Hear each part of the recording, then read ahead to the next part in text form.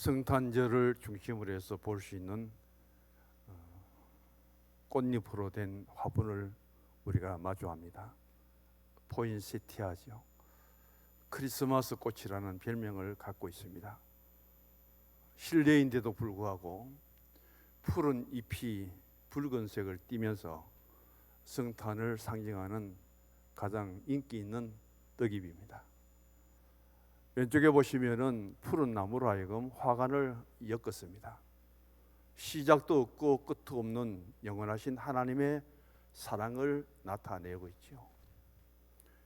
그리고 초에 불이 켜져 있습니다. 저 촛불은 세상의 빛으로 오신 예수 그리스도를 상징한다고 말씀드렸습니다. 나는 빛이라. 그 빛으로 오신 예수님은 우리에게 첫 번째 생명의 빛이 되십니다. 예수 안에 있는 자는 생명의 빛이요, 예수 안에 있는 사람에게는 영원토록 우리에게 주어진 시간도 빛이 될 수밖에 없습니다. 가장 마지막의 빛은 광명한 하나님의 나라의 천국의 빛과 영광이겠죠. 빛에 대해서 좀 더 말씀을 드립니다. 빛은 크게 두 가지 용도로 사용됩니다. 하나는 생명이에요. 또 하나는 죽음입니다. 빛은 생명 있는 곳에는 그 생명이 더 성장하도록 하고요, 생명 있는 나무의 열매는 더 충실하게 연결해서 좋은 과일로 생산되도록 만들어줍니다. 생명 있는 벼와 모든 채소들은 햇빛을 공급받아서 그 벼가 연결어가고 채소가 아름답게 자랄 수 있도록 그렇게 빛으로 공급해 줍니다. 그러나 빛이 또 하나는 죽음이에요.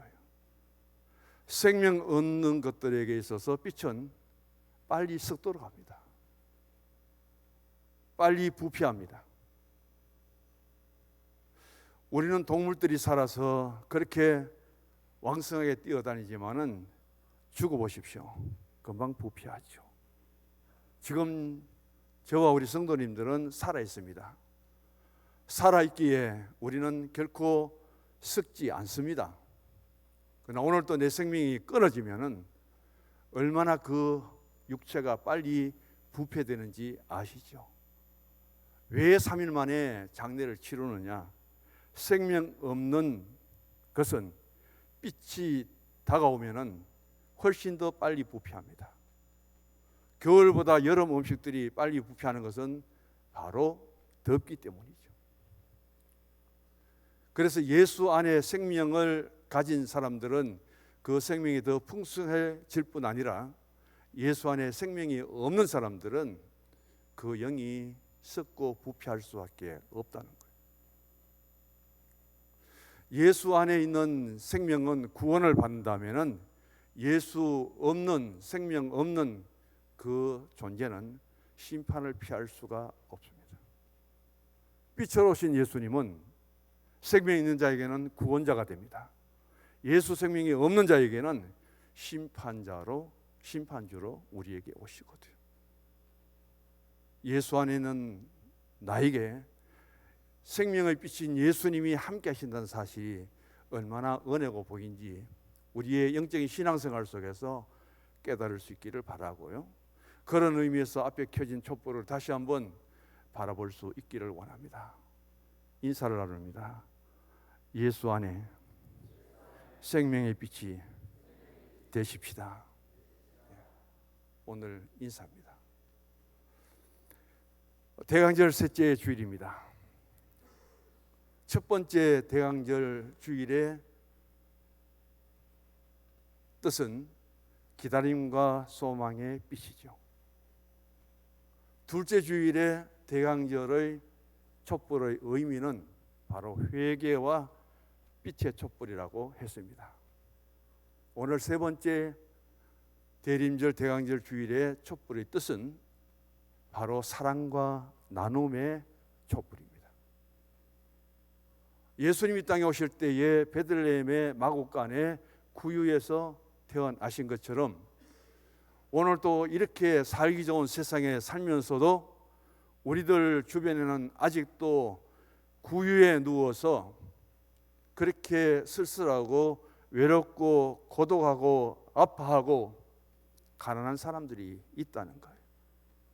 이 절기를 통해서 내게 있는 것으로 하여금 그들에게 참된 사랑을 나타내고 그 사람들에게 진정한 나눔을 줄 수 있는, 내게 있는 것으로 무엇을 나눌 수 있을 것인가.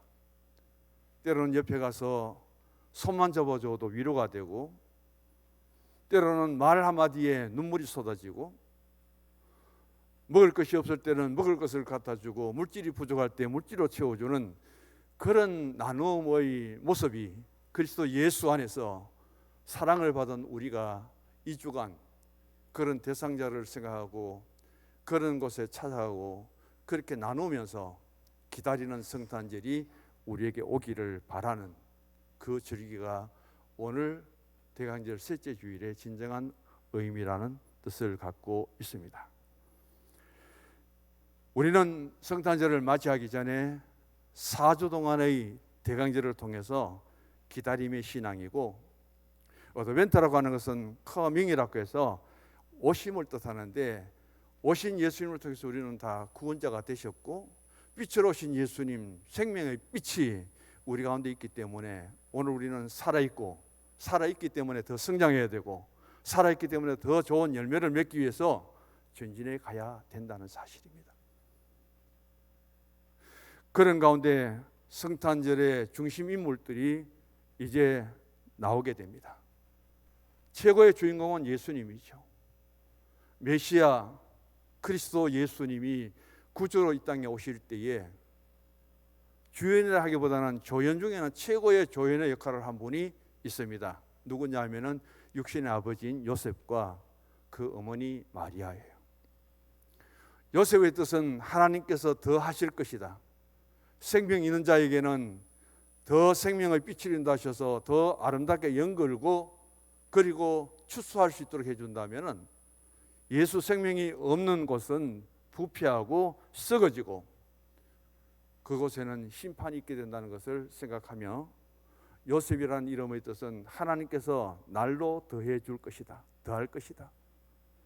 영적인 신앙의 생활 속에 한 해를 지나오면서 나는 신앙이 얼마나 더해졌는가 생각해 보시고요, 코로나19를 통해서 나의 신앙은 얼마나 더 빠져버렸는가, 마이너스가 되었는가, 빼기가 되었는가, 그것을 생각하면서 마이너스 신앙에서 다시 플러스 신앙으로 일어설 수 있는, 회복할 수 있는 그런 연말이 되셔서 2022년에는 금년도에 내가 신앙이 마이너스 되고 내가 더 빠져버린 영적인 그런 문제들을 회복시켜서 반드시 이제는 더하기, 플러스 되는 그 신앙의 자리에 서야 되겠다. 그런 결단과 결심을 하나님께 올려드릴 수 있기를 원합니다. 또 한 사람은 마리아예요. 캐톨릭에서는 성모로 칭송을 받습니다. 그래서 마리아 숭배 사상이 있는데 기독교와는 절대적으로 일치될 수 없는 교리적인 문제예요. 죄 없는 아들을 낳기 위해서는 엄마도 죄가 없어야 된다는 것이 그들의 교리 주장입니다. 우리는 엄마가 죄 없어서 그 아들이 죄가 없는 것이 아니라 마리아는 성령으로 잉태를 했기 때문에 예수님은 죄가 없으시지만은 마리아는 그 마리아의 아버지가 있습니다. 육체의 아버지가 있어요. 어머니가 있습니다. 육체의 몸으로 왔던 이 마리아에게는 똑같이 죄가 있는 거예요. 그런데 예수님이 이 땅에 오실 때는 성령으로 잉태했기 때문에 죄가 없는 분으로 바로 우리가 그렇게 알고, 결코 마리아는 성모가 될 수 없습니다. 기독교는. 그런데 죄 없는 아들을 낳은 어머니이기 때문에 엄마도 죄가 없어야 된다. 그래서 바로 성모 숭배 사상이 교리 중에 가장 큰 충돌을 일으키겠다는 사실을 또 한번 생각해 볼 수 있기를 원합니다. 첫 번째는 유대인의 신분과 자녀 신앙의 주체는 어머니다. 주보에 그렇게 올렸습니다. 정치적인 영역을 떠나서 유대인의 신앙과 혈통의 사회는 모계 사회입니다. 어머니 사회예요. 한번 생각해 보시기 바랍니다. 어머니가 유대인이면은 어떤 이방의 남편을 만나도 거기에 나는 자식들은 유대인의 혈통을 이어받습니다. 유대인이에요. 아버지가 유대인이지만은 어머니가 유대인이 아니고 이방인이면은 그 유대인 아버지와 이방인 엄마 사이에 태어난 자녀는 절대 유대인이 될 수 없습니다. 대단히 중요한 이야기를 하고 있거든요. 왜 신앙의 영역의 그 중심은 이스라엘의 신앙의 공동체 속에서 부계 사회가 아니라 모계 사회이기 때문이에요. 그리고 자녀 신앙 교육은 전적으로 아버지가 아니라 어머니가 맡게 됩니다. 성경에 우리가 디모데를 예로 든다면은 그 외할머니 로이스와 어머니 유니게를 말하고 있죠. 오늘의 디모데의 정통적인 신앙은 외조모와 어머니를 통해서 이어받은 것인지 디모데의 아버지가 누군지 전혀 상관하지 않습니다. 자녀의 한 신앙의 영역은 그 책임이 엄마에게 있다는 것을 생각하면서 오늘 우리가 가정을 이루고 있는데 자녀들의 신앙에 어머니들이 그만큼 책임을 지시고 우리가 유대인은 아니지라도 그런 믿음으로 나아갈 수 있기를 바랍니다. 우리가 성경을 한번 보시면은 예수의 육신의 아버지 요셉은 예수님을 출생한 이후에 그의 흔적은 전혀 없습니다. 기록도 없어요. 몇 살에 죽었는지 언제 죽었는지 성경은 하나도 드러내고 있지 않습니다. 아버지 요셉은 예수님이 태어나게 한 것뿐 그에게는 관심이 없어요. 성경에. 그런데 어머니 마리아를 보십시오. 예수님을 잘 키웠을 거예요. 예수님이 공생애를 시작하면 첫 번째 이적을 베풀었던 가나 혼인잔치에 어머니도 함께 참석하고 있습니다. 예수님 십자가 사건을 통해서 그런 고통 중에 어머니 마리아는 십자가 밑에까지 따라가 있습니다. 메시아로 오신 예수님을 아들로 둔 그 아버지 요셉은 무엇을 했나요? 그 어머니 마리아는 어떤 역할을 하고 어디까지 예수님과 함께 하셨나요? 여기에서 아버지와 어머니의 신앙의 차이는 비교할 수 없고 바로 그런 것들을 성경 속에서 한번 찾아볼 수 있기를 원합니다. 마가복음 6장 3절을 보시면은 그 당시 사회 속에서 예수님을 어떻게 호칭했느냐? 마리아의 아들 목수 예수라고 합니다. 요셉의 아들이라는 단어는 한 번도 안 나와요.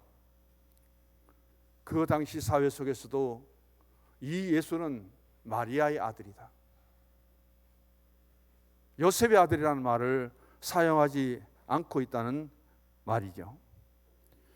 그래서 당시에 이런 사회 속에서 마리아의 수태 소식은, 잉태 소식은 마리아나 요셉 두 사람에게 엄청나게 충격적인 일일 수밖에 없습니다. 이 사건을 다룹니다. 마리아가 약혼을 하고 정혼을 했는데 그의 결혼 대상자는 요셉입니다. 마리아는 아내가 되어야 되는 거예요. 그런데 이 마리아가 요셉과 한 번도 잠자리를 하지 않았는데도 불구하고 잉태가 되었습니다. 자, 이 문제를 어떻게 다룰 것인가? 마태복음 1장을 보면은 거기에 주인공은 요셉으로 나옵니다. 누가복음은 요셉이 마리아와 약혼하고 정혼하고 그 단어 외에는 한 번도 안 나옵니다. 전부 마리아가 주인공으로 등장하고 있어요. 누가복음은 이방인을 위해서 쓴 책이고요, 마태복음은 유대인을 위한 책이에요. 이방인에게 있어서 요셉은 중요한 영역이 되지 못합니다. 마리아를 통해서 이 땅에 태어난 예수님을 이방인들에게는 그대로 전할 수밖에 없기 때문에 여기에 누가복음은 이방인을 위해서 쓴 책이고, 거기에 마리아가 굉장히 잉태를 통해서 예수님을 낳는데 중심을 이루고 있습니다. 여기서 두 성경의 차이점을 생각해 보면서, 요셉은 이름만 언급될 정도로 끝나지만은 마리아는 그 성령의 잉태의 핵심 인물로, 하나님이 마리아는 생각도 못했어요. 마리아는 상상도 못했습니다. 이제 약혼하고 요셉을 만나서 어떤 가정을 꾸려가고 어떻게 살아갈까, 거기에 신혼 준비에 굉장히 바쁜데 하나님은 그 마리아를 선택한 것이죠. 나는 생각하지 않아도, 나는 상상하지 않아도 하나님은 계획하시고 하나님은 시작하셨다는 것을 여기에서 보여줍니다. 그러면서 오늘 마태복음 1장과 2장 그리고 누가복음 1장 예수님의 그 탄생을 통해서 두 성경의 차이점을 생각해 보면서 왜 이렇게 기록되었을까 한번 상고해 보고자 합니다. 두 번째 성경, 두 번째 말씀, 마태의 증언대로 요셉에게 초점을 맞추어 봅니다. 예수 그리스도는 이 땅에 오실 때 가장 낮은 곳에 천한 인간으로 오셨고요, 정확하게 말씀합니다. 유대 땅 베들레헴, 당시 베들레헴의 인구는 1000명 정도로 보고 있어요. 아주 농촌이죠. 산촌이죠. 그런 베들레헴에, 그것도 가정집이 아니라 짐승이 사는 우리 안에 짐승의 먹이를 담아주는 구유에서 예수님이 태어납니다. 어떤 가정을 통해서 태어났느냐? 바로 요셉과 마리아의 가정을 통해서 태어났습니다. 그 이유가 무엇일까요? 예루살렘이 있고요, 예루살렘에 화려한 성전도 있고 예루살렘에 왕궁도 있고, 그리고 유대인의 전통적인 가문도 있는데도 불구하고 그런 혈통을 통해서 예수님 땅에 오지 않고 가장 가난한 사람입니다. 아버지 요셉의 직업은 목수예요. 가장 천한 직업이 목수고 가장 천한 직업이 양을 치는 목자고 목동입니다. 그런 과정을 통해서 예수님이 이 땅에 오셨어요. 오늘 우리가 살아가는 이 사회 속에서 가장 낮고 가장 천하고 가장 보잘것없는 그런 상태로 보셔도 괜찮습니다. 그런데 이런 환경 속에서 요셉은 무엇 때문에 의롭다고 하는 그런 평가를 받았는가 하는 게 중요하죠. 마태복음 1장 18절의 말씀 보면은 요셉은 마리아와 약혼한 사이다. 지난번에 성경은 정혼한 사이라고 하였죠. 정혼이란 말은, 약혼이란 말은 결혼하기를 결정하고 마음을 정했다는 뜻입니다. 그래서 유대 나라의 정혼이라는 단어와 한국의 약혼이라는 것이 서로 연결시켜도 비슷합니다. 유대 관습에 따르면은 약혼을 하고 정혼을 한 두 사람은 정식 부부는 아니지만 서로 책임을 질 수밖에 없는 미래의 남편이요 미래의 아내입니다. 유대 사회에서는 정혼한 남녀를 비록 정식 결혼을 올리지 않았지만은 부부로 인식이 되었다는 겁니다.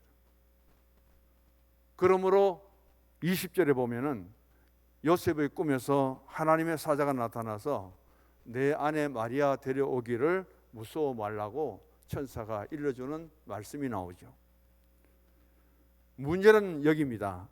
바로 마리아와 요셉이 동거하기 전에 마리아의 몸에 잉태가 되었다는 것이요. 마리아의 몸의 잉태는 순전히 성령으로 된 것을 우리가 알고 있지만은 요셉이나 마리아가 서로 동거하기 전에, 육체적인 접촉이 있기 전에 아이를 잉태했다는 사실은 두 사람에게 충격적인 뉴스가 될 수밖에 없습니다. 요셉의 입장에서 보면 불쾌하기 거지없죠. 도대체 누구의 아이인지 아무것도 모르는 상태 속에서 요셉은 의심을 할 수밖에 없고 때로는 분노할 수밖에 없고 그는 그렇게 마음에 상처를 입을 수밖에 없습니다. 이런 가운데 요셉의 반응은 어땠을까요? 19절을 보시면은 성경은 이렇게 증거합니다. 그 남편 요셉은 의로운 사람이라. 저를 드러내지 않고 가만히 끊고자 했다고 말씀하죠. 요셉이 어렵다는 사실과 몰래 마리아와의 그 정원 약혼의 관계를 정리한다는 그것은 어떤 관계를 말하고 있는가 오늘 볼 수 있기를 원합니다. 자기 아내가 될 마리아가 남의 사람의 아이를 가지고 자기 약혼녀가 그런 행동을 했다는 것을 생각한다면 분하기 거지없죠. 대선을 앞두고 그렇게 뛰어나고 여성의 장래 리더자가 될 수 있다고 그렇게 인정받은 조동현 씨가 오늘 매스컴을 타면서 당하는 일들을 한번 지켜보시기를 바랍니다. 남편인 요셉 입장에서는 마리아에 대한 실망, 그 분노를 자기가 퍼뜨릴 수 있습니다. 나는 동거하지 않았습니다. 마리아와 함께 지내지도 않았습니다. 그런데 내 아내 될 마리아가 잉태를 했습니다. 떠들고 부끄러움과 망신을 얼마든지 줄 수 있는 그런 일이 생겼습니다. 그런데 요셉은 말하기를 그것을 드러내지 않고 가만히 몰래 관계를 끊으려고 했다. 그것은 요셉에게 있어서 평소의 성품이 그대로 여기에 담아져 있다는 뜻입니다. 그것은 요셉이 악한 사람이 아니라 의로운 사람이었고 또 악한 행동을 한 것이 아니라 선한 행동을 했다는 그 요셉의 순수한 마음을 여기에서 의롭게 보고 있습니다. 그럼 요셉의 의로움이란 무엇인가? 인간으로 생각할 때는 분노하기 거지없지요. 얼마나 실망이 컸겠습니까? 마리아와 당장 헤어지고 싶고 그에게 온갖 욕설을 다 하고 싶을 거예요. 그런데 요셉이 왜 신중할 수밖에 없었느냐? 바로 그에게 주어진 신앙의 율법 때문입니다. 구약의 율법을 통해서 종교적인 신념이 어떻게 요셉의 마음을 움직였는가? 성경을 찾아봅니다. 신명기 22장 23절 24절은 지금 시간이 없어요. 신명기 22장 23절 24절을 체크해 두셨다가 한번 읽어보십시오. 처녀인 여자가 남자와 약혼한 후에 어떤 남자가 그를 성읍 중에서 만나 통관하면 너희는 그들을 둘 다 성읍 문으로 끌어내고 그들을 돌로 쳐 죽여라. 여기서 전제를 합니다. 이 마리아가 성읍에 있었다면 왜 소리를 질러서 다른 사람에게 그런 사건을 당한다는 것을 알리지 아니했느냐? 또 하나, 남자는 왜 이웃의 아내를 그렇게 욕보였느냐? 이것은 악 중에 가장 큰 악이다. 이 악은 없어져야 된다. 그래서 구약의 율법에 따르면은 이 여인에게는 돌로 맞아 죽어야 됩니다.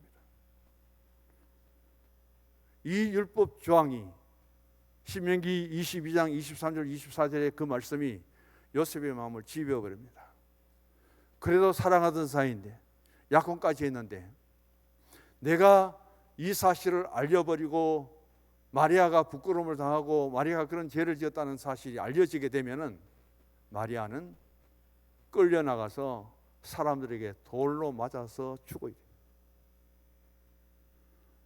그것을 몰래 감추고 있었던 요셉은 엄격하게 말하면 율법을 어겼습니다.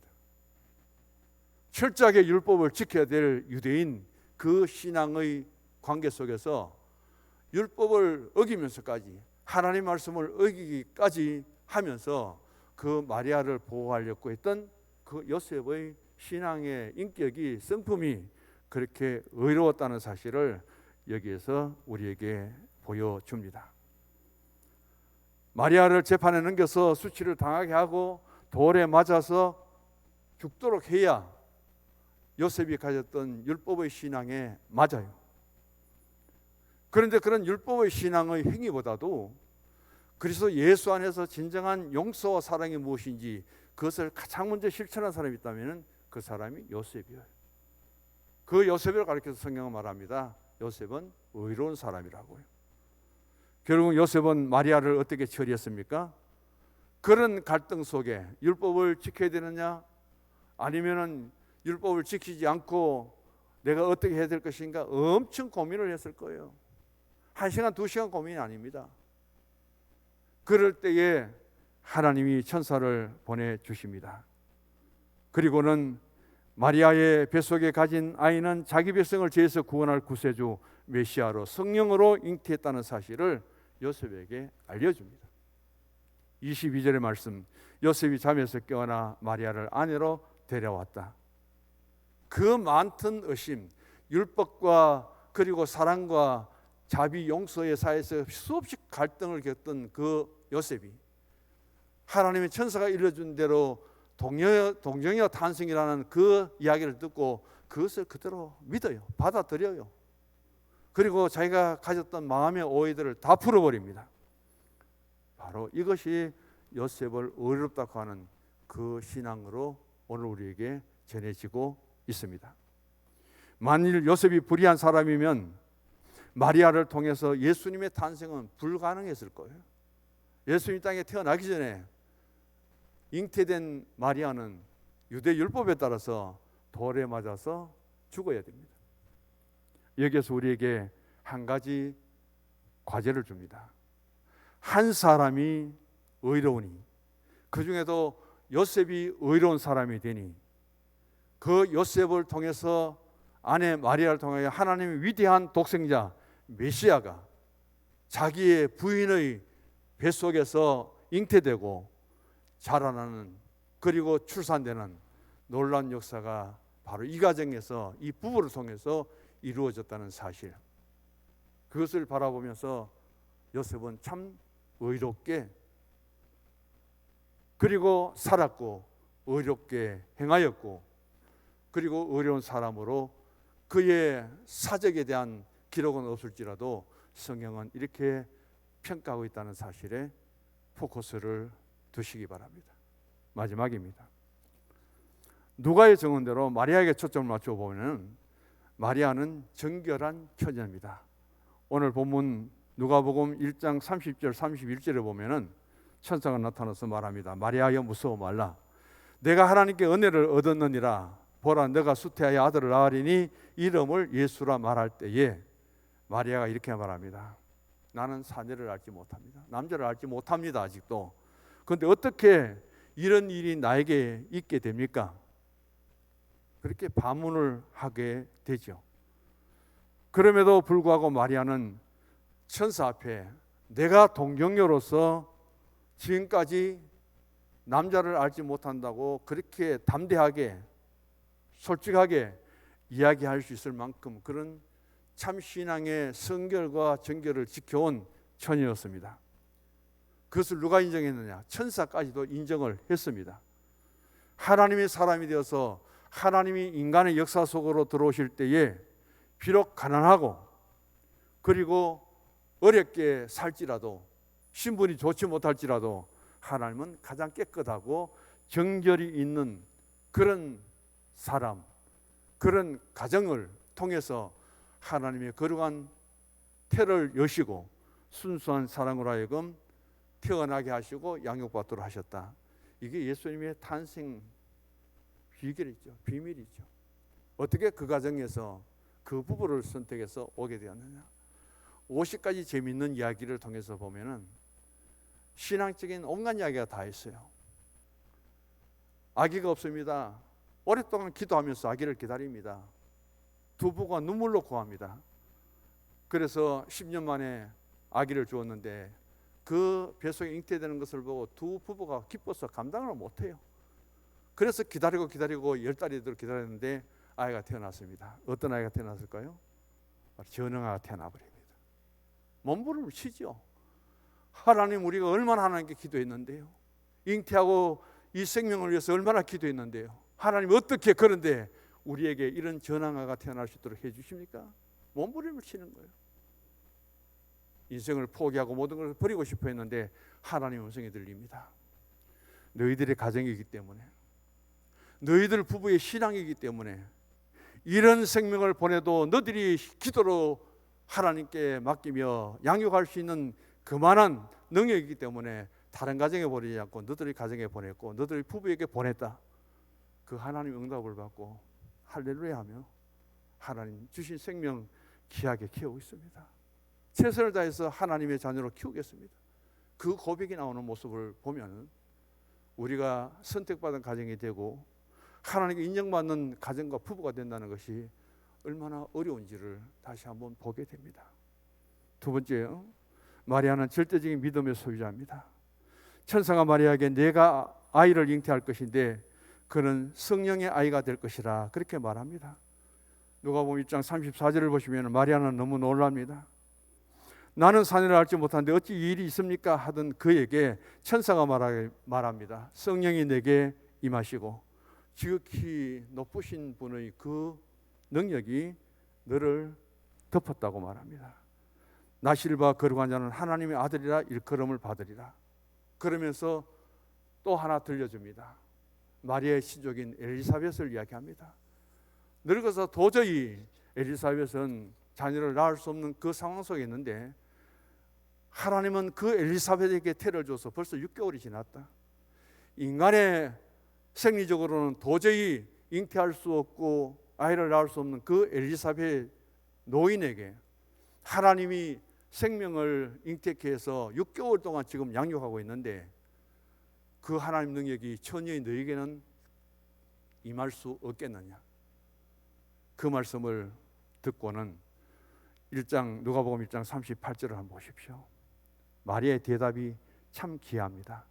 주여, 주의 여종이 오니 말씀대로 내게 이루어지이다. 말씀대로 내게 이루어지이다. 절대적인 믿음과 순종이 없이는 누구도 할 수 없는 일이에요. 가장 연약한 마리아 처녀에 불과하지만은 성령의 역사심을 절대적으로 믿고 그럴 때 예수님을 메시아를 잉태하는 기적의 주인공이 되어서 성탄절이 되면 언제든지 그 이름이 알려지는 마리아의 위대한 모습은 우리에게 지워지지 않고 있습니다. 마지막 마리아는 어떤 희생도 가고 있습니다. 천사가 너는 성령을 통해서 아들을 잉태할 것이라고 말할 때 마리아는 한 말이 없습니다. 나는 요셉과 정혼한 사람입니다. 언제 다시금 우리가 정식 결혼을 하고 어디에 살며 어떤 가정을 꾸리고 살림도구를 어떻게 갖춰야 될지 거기에 지금 저는 정신이 없습니다.